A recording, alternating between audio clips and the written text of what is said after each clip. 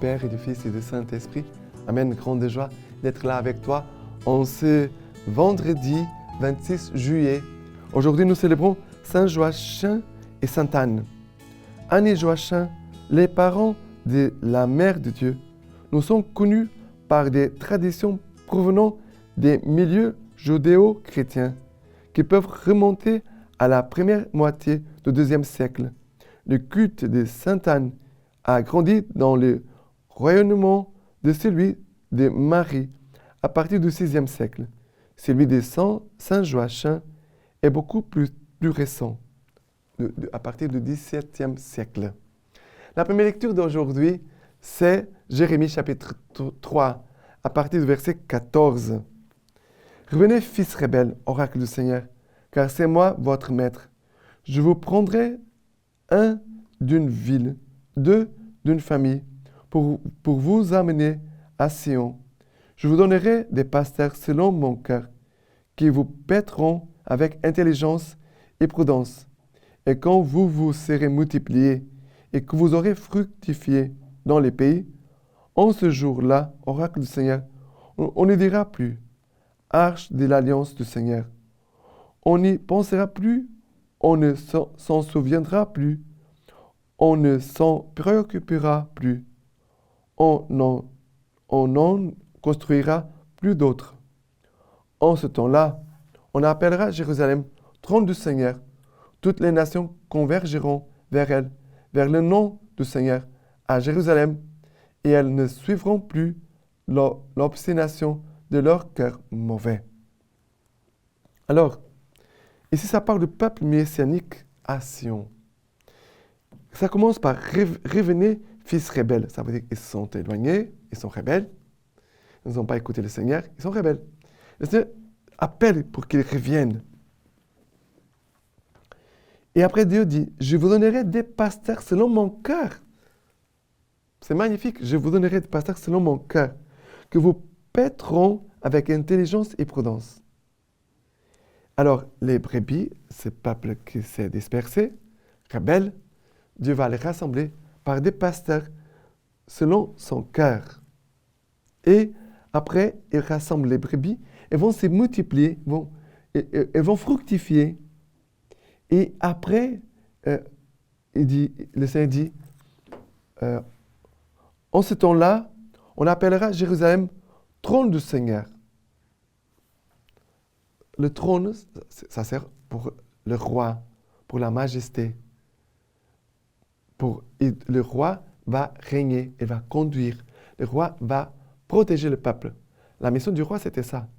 Il ordonne, il gouverne, mais il protège aussi le peuple. Il va dans les batailles contre les ennemis de son peuple.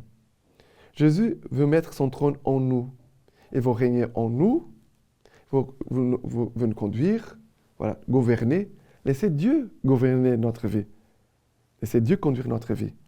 Mais en même temps, Dieu qui nous dit, comme roi, je veux chasser tes ennemis, je veux les combattre. Et après, il dit, toutes les nations convergeront vers elle, vers le nom du Seigneur à Jérusalem. Et elles ne suivront plus l'obstination de leur cœur mauvais.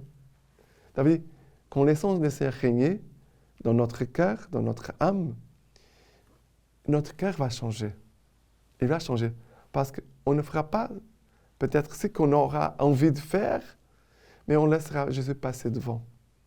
Laissez Jésus passer devant.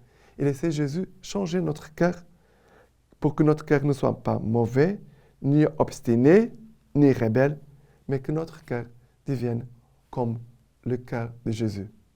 Des bergers selon le cœur de Dieu, on parle ici, mais que nous aussi ayons tous un cœur selon le cœur de Dieu. Maintenant, le psaume d'aujourd'hui, c'est le psaume 31. Le psaume 31, Dieu veut nous donner le psaume 31 pour nous, aujourd'hui, en cette fête Sainte Anne et Sainte Joachim, pour que nous puissions vraiment laisser Dieu régner sur notre cœur. À partir du verset 10, on dit ceci. Pitié pour moi, Seigneur, je suis dans la détresse. Les pleurs me rongent les yeux, la gorge et les entrailles. Car ma vie se consume en affliction, et mes années en soupir. Ma vigueur succombe à la misère, et mes os se rongent. Tout ce que j'ai d'oppresseur fait de moi un scandale. Pour mes voisins, je ne suis que dégoût, un effroi pour mes amis.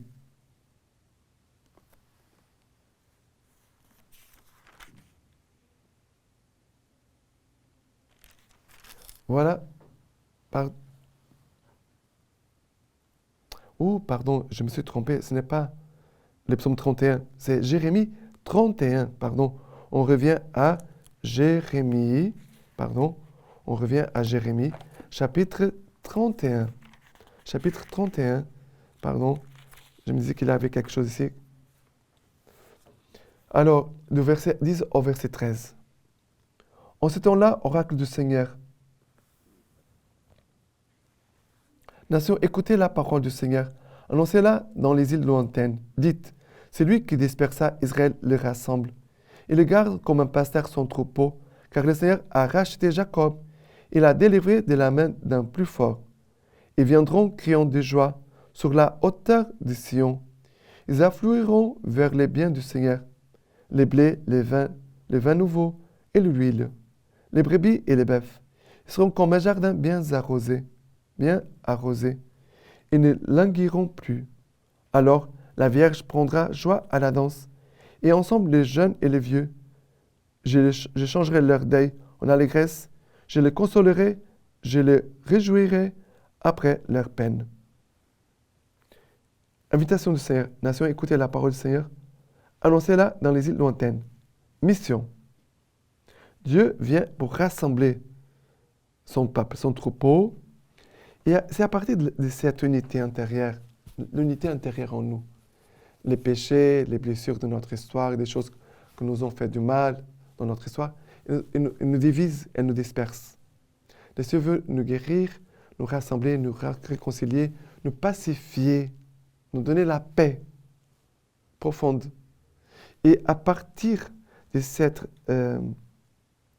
rassemblance, de cette unité intérieure, le Seigneur dit, alors la Vierge prendra joie à la danse. Ensemble les jeunes et les vieux. Voilà, la communion. Il n'y a pas de division ici. Et je changerai leur deuil en allégresse. Je les consolerai, je les réjouirai après leur peine. Voilà ce que le Seigneur veut faire en toi. Laisse le Seigneur agir en toi. Laisse-toi aimer par Dieu. Laisse-toi soigner par le Seigneur, par ses grâces et aussi par sa parole et aussi ses sacrements. D'accord? Et maintenant, l'évangile d'aujourd'hui, c'est Matthieu chapitre 13. Matthieu chapitre 13, à partir du verset 18. Nous dit ceci. Écoutez donc, vous, la parole du semeur. Quelqu'un entendit-il la parole? La parole.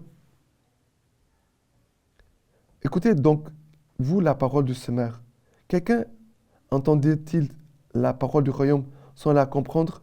Arrive le mauvais qui s'empare de ce qui a été semé dans le cœur de cet homme. Tel est celui qui a été semé au bord du chemin. Celui qui a été semé sur les endroits rocheux. C'est l'homme qui entend la parole, l'accueille aussitôt avec joie, mais il n'a pas de racine en lui-même. Il est l'homme d'un moment. Survienne une tribulation ou une persécution à cause de la parole. Aussitôt, il succombe. C'est lui qui a été semé dans les épines. C'est celui qui entend la parole, mais les soucis du monde et la séduction de la richesse étouffent cette parole qui demeure sans fruit. Et celui qui a été semé dans la bonne terre, c'est celui qui entend la parole et la comprend. Celui-là porte du fruit et produit tantôt 100, tantôt 60, tantôt 30. Alors, ici, nous parle de la fécondité de la parole. Le Seigneur veut que la parole en nous porte beaucoup de fruits.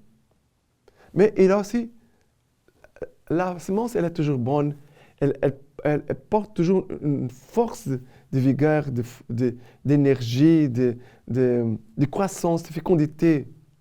La semence, elle porte tout en elle. Déjà l'arbre énorme que nous pouvons imaginer, elle est déjà contenue dans la petite semence. Mais il a aussi un travail de notre part, il a une vigilance. Parce que sinon, on laisse le mauvais venir et enlever la semence. On n'écoute pas la parole, on ne la garde pas.